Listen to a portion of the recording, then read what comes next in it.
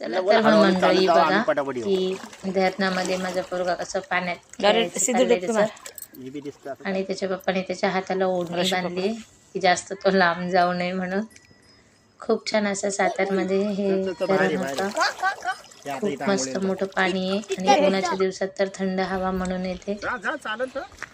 तुम्हाला जसं मी पहिल्या व्हिडिओत सांगितलं की डोंगरामध्ये गाव असलेलं आहे म्हणून सगळं हिरवं आहे.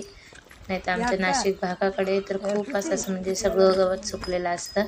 इथे या पाण्यामुळं खूप छान हिरवं वातावरण आहे.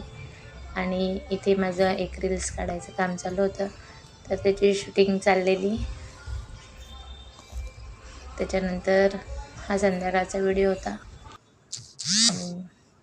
पुन्हा आम्ही गावाला वरती देवीचं मंदिर आहे तर आम्ही तिकडं टेकडीवरतीच चाललो होतो. छान एकदम मस्त असं सातार हे गाव आहे. सगळ्यांचे छोटे शूटिंग आहे. माझ्या मुलांना पण गावी खूप जास्त आवडलं. माझी मम्मी, बहीण